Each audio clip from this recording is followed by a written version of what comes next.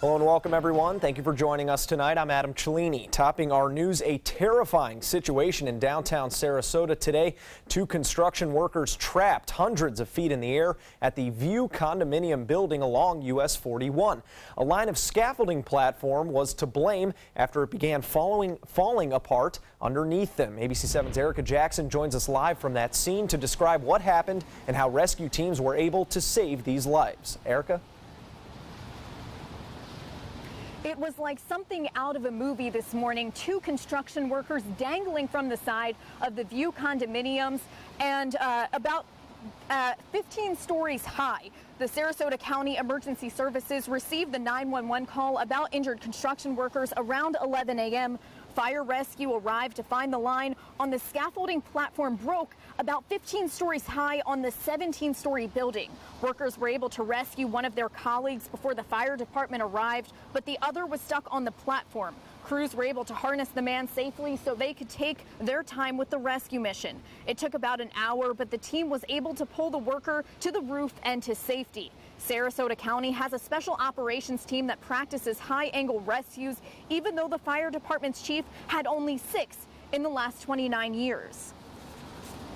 We're able to contact our team that's on duty. That's why you see as many fire trucks as there are. They're spread out throughout the fire department.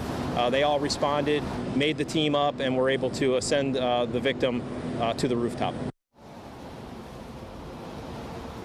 The Sarasota Police Department was on scene to help with crowd and traffic control. Both men in this situation were taken to the hospital, one with injuries. And coming up tonight at 11, we'll hear from a witness that saw this play out from beginning to end and share what he saw from 100 feet below. Reporting live in downtown Sarasota, Erica Jackson, ABC 7, your Suncoast News.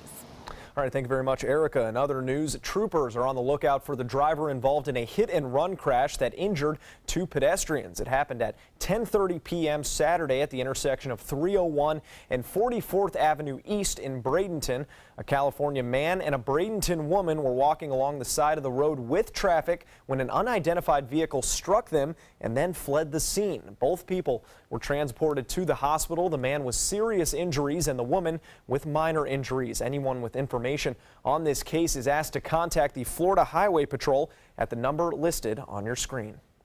4 people are recovering tonight after their 19-foot boat capsized in the water. The St. Petersburg Coast Guard was notified of the stranded boaters around 6:30 Saturday evening and responded along with the help of an Air Station Clearwater, who sent a helicopter to that scene. When they arrived 6 miles northwest of Anclote Key, rescuers found the group clinging to the sinking hull of that boat. All 4 people were transferred to a response boat and transported back to land, and no one was reportedly injured. A Florida couple just wanted to pick up some food, but when they returned to their car, they were nearly swallowed up by this sinkhole. The Ocala man and woman say the front end of their vehicle suddenly dropped as they were about to leave the restaurant's parking lot. The two managed to get out of the car before the car fell into a 25-foot wide and 25-foot deep sinkhole. After heavy rains in the area, a city official says the sinkhole was likely caused by eroding limestone underneath the drainage system.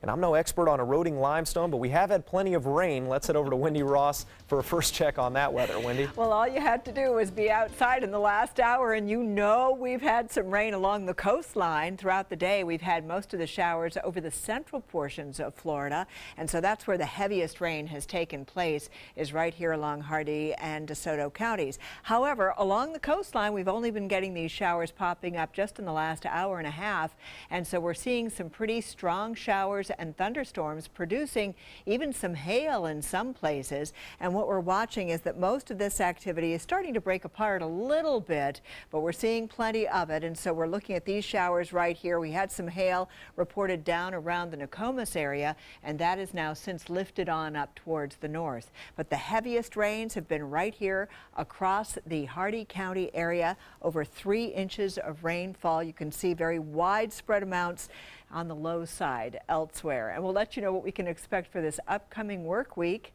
We've got the forecast in just a minute. Adam?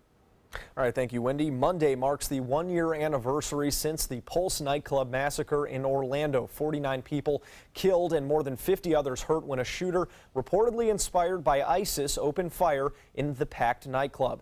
ABC's Janae Norman is in Orlando as the community honors those victims. Rainbow colors, hearts, and signs of love line the memorial outside Pulse nightclub, where visitors stop by to pay their respects and honor the 49 souls lost last June. Look at that, just shooting back and forth. Hours of body cam footage recently released show the chaos and carnage of that horrible night as first responders tried to save those hurt and hunt down the killer. Okay, tell me, did you see the shooter inside of the club? No, but they're talking. What are they saying? Can you make out the words? Oh, they're gonna kill us. Nearly a year later, those images and the emotions in Orlando are still raw. It's like every day it's like it just happened. I can't even believe it's been a year.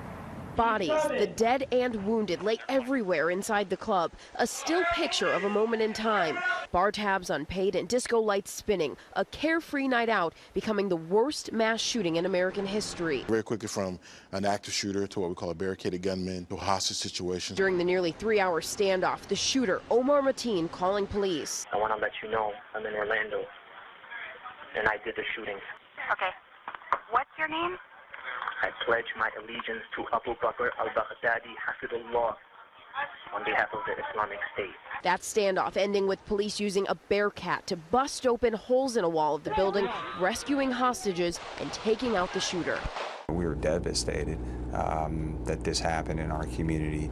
The city of Orlando has a full day of events planned marking the one-year anniversary, including a ceremony when the names of all 49 victims will be read starting at 2:02 a.m. when the first shots were fired. Janae Norman, ABC News, Orlando. All right, the Suncoast community is fighting violent crimes with fun for their second annual Stop the Violence Cookout. Kids and their families had the chance to play games, get free toys, food, and school supplies, as well as take home free books, courtesy of the Sarasota County Library System. The goal of the event to help area families build a network and learn about all the services and support available to them.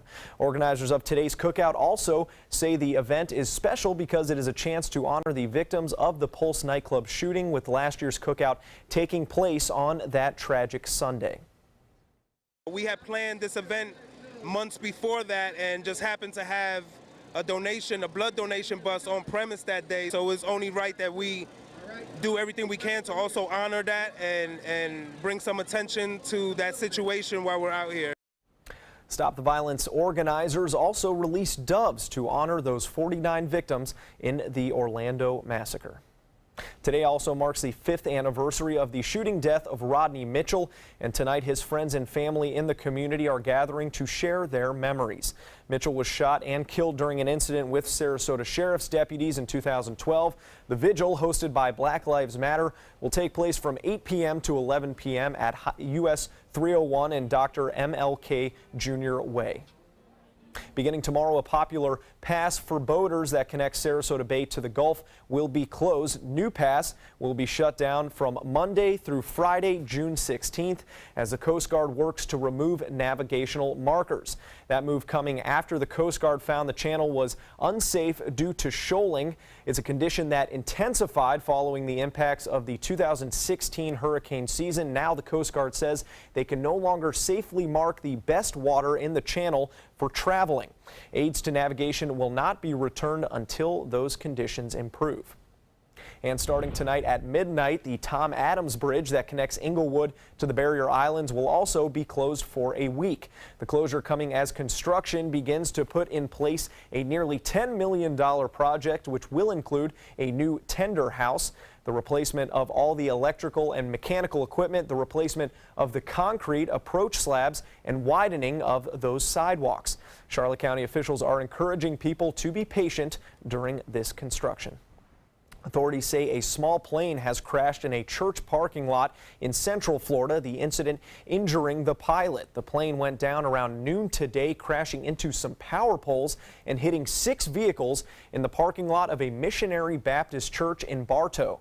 The pilot was flown by helicopter to the hospital with serious injuries, and the power company is assessing the power line and pole situation. So far, there are no reports of any other injuries, but officials say the crash could have been much worse, with 300 people inside the church at the time of that accident. The FAA, the National Transportation Safety Board, and local law enforcement are currently investigating that incident. Still to come here on ABC 7, why investigators believe a Florida man was killed by a street sweeper. And the sun is shining on Florida oranges, what experts are saying about the future of the state's most famous crop. I'm calling in regards about my mother, and I'm here, and I just want to thank you because it saved my mother's life yesterday. And I'd like to know the names of the people that came in and saved her so I could call and thank them. And she's doing fine.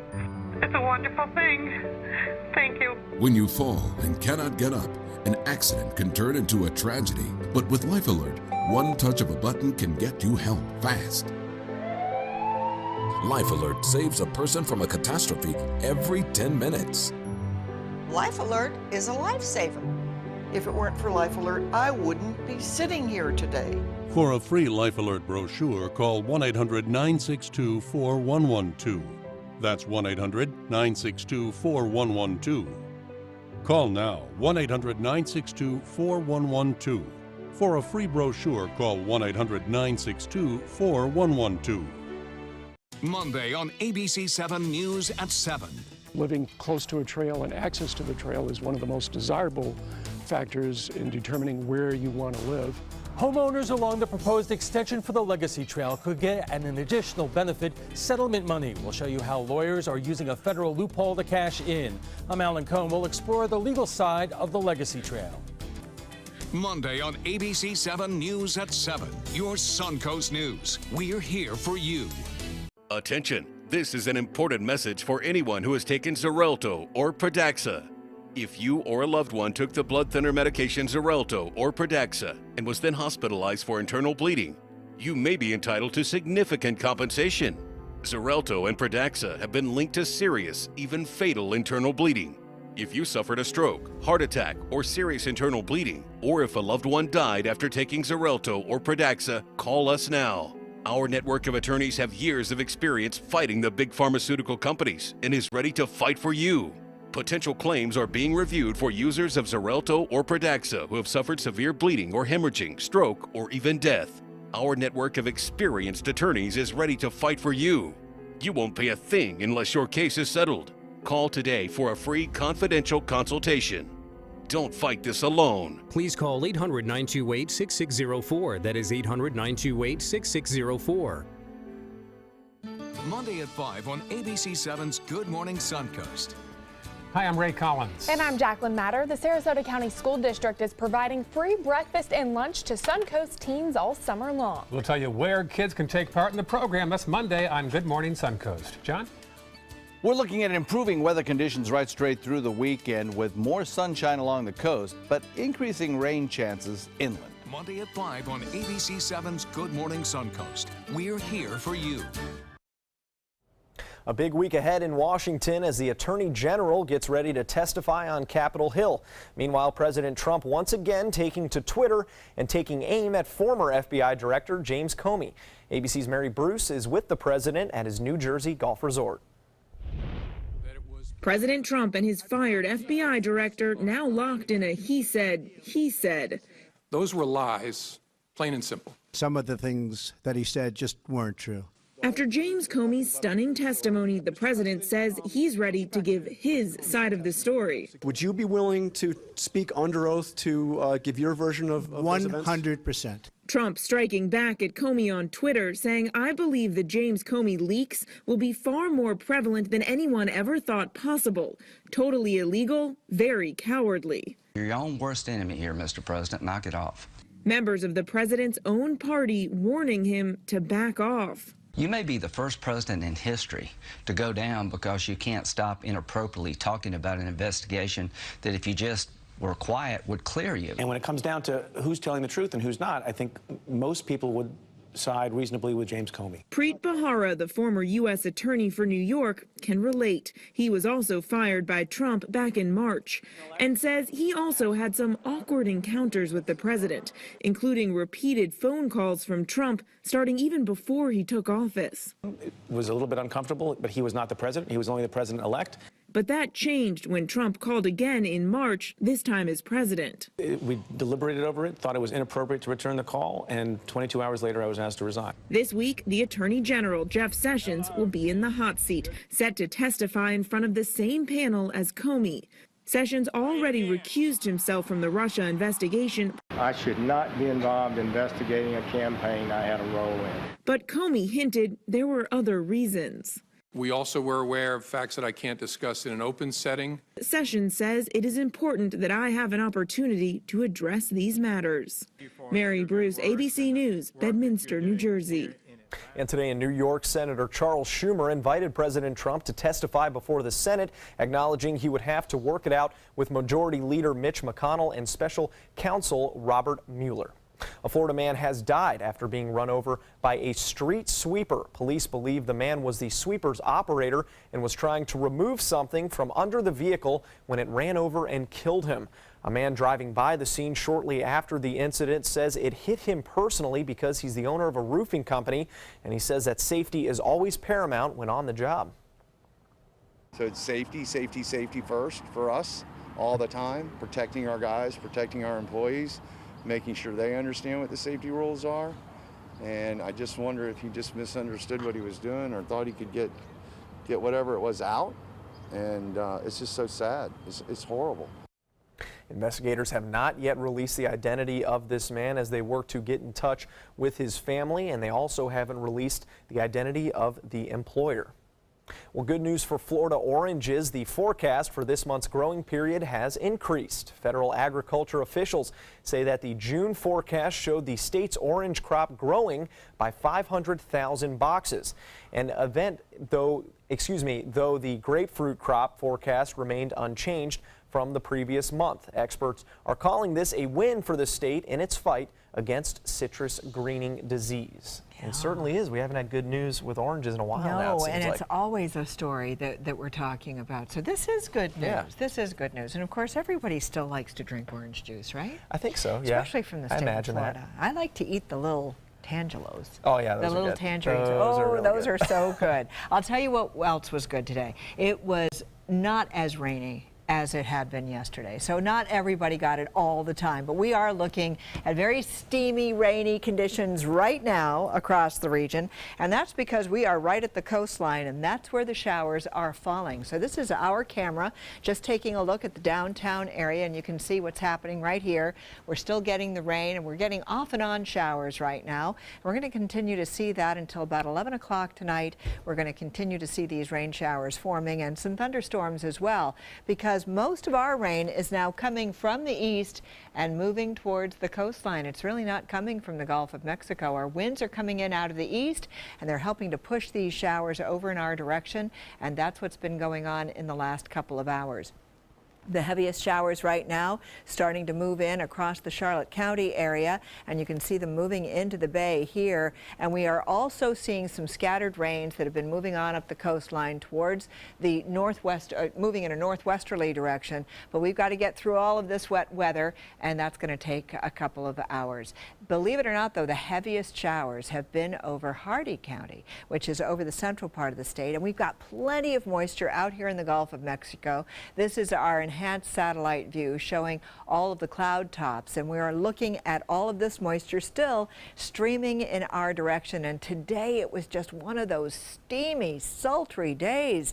You just couldn't even breathe if you were outside. And we're going to see one day after the next, after the next. We have a good 60 and 50% chances of rain for the rest of this upcoming work week. So it doesn't matter, starting tomorrow all the way through Friday, we have good opportunities opportunities for rain. We're actually going to take those rain chances down just in time for Saturday and Sunday. We're not going to see them as widely spread out as we have over the last couple of days. So today we got up to a high of 87 degrees after an overnight low of 74, and that's just 1 degree off from our normal temperature high, and we're going to see those temperatures back up into the upper 80s again for this upcoming week. Now you can see where the rain has been falling just in the last hour or so. Bradenton, Sarasota, Venice, Northport, Boca Grande, you're all seeing temperatures in the 70s right now, as is Mayaca City, Wauchula, and Arcadia, as well as Sebring. The places that haven't been getting those showers really coming through in the last hour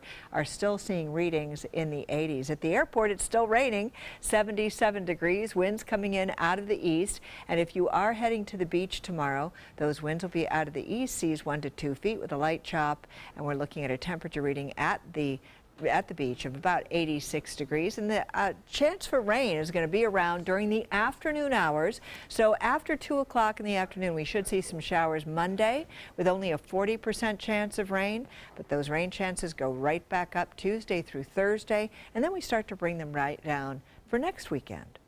Adam? Now, sports.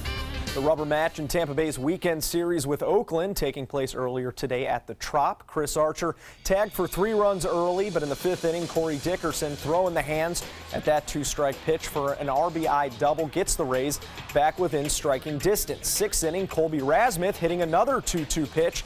This one for a solo home run ties the game up at 4 apiece. Dickerson would come up again in the 7th inning. Runner on third drives one to the wall in right. It is caught, but Malik Smith scores from third base, and the Rays win it 5-4. Finish the weekend 3-1 against Oakland. They'll hit the road for a divisional series with the Blue Jays starting on Tuesday. Rafael Nadal is great at tennis. He's exceptional on clay, and on Sunday made history in the sport out in Paris. Nadal topping the number 3 player in the world, Stan Wawrinka, in straight sets for a record 10th French Open title. No other man or woman has won 10 championships at the same major in the Open era, which is dating back to 1968, and his dominance started long before that final match. The Spaniard didn't lose a single set in the entire tournament and lost just 35 games, which is the second fewest by any player in a Grand Slam tournament. And in the Junior French Open, a Bradenton teen is now the 5th American ever to win the girls' title. Whitney Osugwe, who entered the tournament ranked number 5 in the world by the International Tennis Federation, defeated 17-year-old Claire Liu in the final. It was only the 2nd ever girls' final with 2 American players. The 15-year-old won the 1st and 3rd sets to take home her first junior Grand Slam title. More to come here on ABC 7. Stay with us. Let me introduce you to the ultimate Florida window.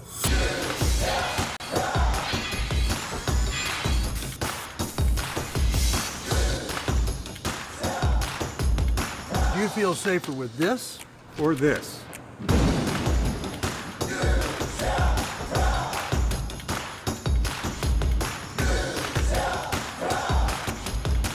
You'll be proud too.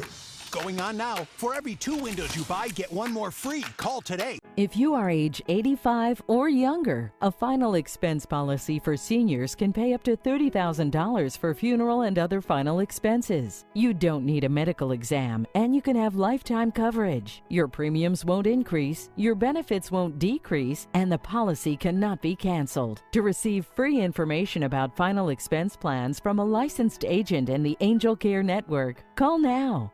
Call 800-676-1339. You love your couch and want to protect it from spills, food, and scratching, shedding pets. Introducing Couch Coat, the reversible, washable quilted cover that protects your couch. Shield against spills. Wow! Stop stains and dirty pet paws and sharp claws. Plus, it's reversible with 2 stylish colors. Guaranteed to fit any couch up to 92 inches or your money back. It even has covers to protect armrests. Machine washable too. My grandkids destroy everything, but with Couch Coat, my couch is always protected, looking as good as it did the day I bought it. Get your Couch Coat for just $19.99, and it's reversible in brown and cream, like 2 couch coats for the price of 1. Order right now, and you can double your offer. Get a second Couch Coat. Just pay a separate fee. Order right now. Call 1-800-943-0710 to get your couch coat. Call now or go to couchcoat.com. So call 1-800-943-0710. That's 1-800-943-0710. Call now. With a top prize of $10 million, the new $10 million world-class cash scratch-off from the Florida Lottery is your ticket to take on the world. If you get knocked down, stand up again. Rip it up again. Give me one chance, I'm gonna make it. Give me my chance, this is my chance, I'm gonna take it. The new $10 million world-class cash scratch-off from the Florida Lottery. One of our life-changing scratch-offs offering billions in cash prizes. We asked you, Suncoast, why do you like ABC7? I like ABC7 because it's local. It gives me all the local news, local weather. It's so local and so community driven. Kelly Wilgus does a great job. John Scalzi, that's my guy. Bob Harrigan is wonderful. Stephanie's my favorite. I like Scott Dennis. I like them all. We're all very grateful that you cover what you do and you're here to participate with the community. ABC7, your Suncoast News. We're here for you. ABC7 News at 7, weeknights. Wonder Woman continues its dominance at the weekend box offices again. Last week, the film had the biggest opening ever for a female director with a $103.1 million debut. And now in week 2, the female superhero grossed $57.2 million. Taking second place, The Mummy, and trailing behind at number 3 was the kids' book turned cartoon film Captain Underpants. Wendy, you got to see it. You got to go see Wonder Woman. I got to go see Wonder Woman. That just looks like fun. Oh, it's a great movie. It just looks totally like worth fun. it. I bet a lot of people saw it this weekend because I don't know what else you were going to do. Perfect weekend to go see a movie. Wasn't it just a perfect weekend to do that? Or you could clean your with the closets ambiance out. of rain maybe hitting the tops of the theater there. And you know, if you have a metal roof, oh gosh, that's always fun to listen to as well. I we do like have some rain around. We do still have some rain around, and it's going to last until about 11 o'clock. So drive carefully if you're driving anywhere. Advice.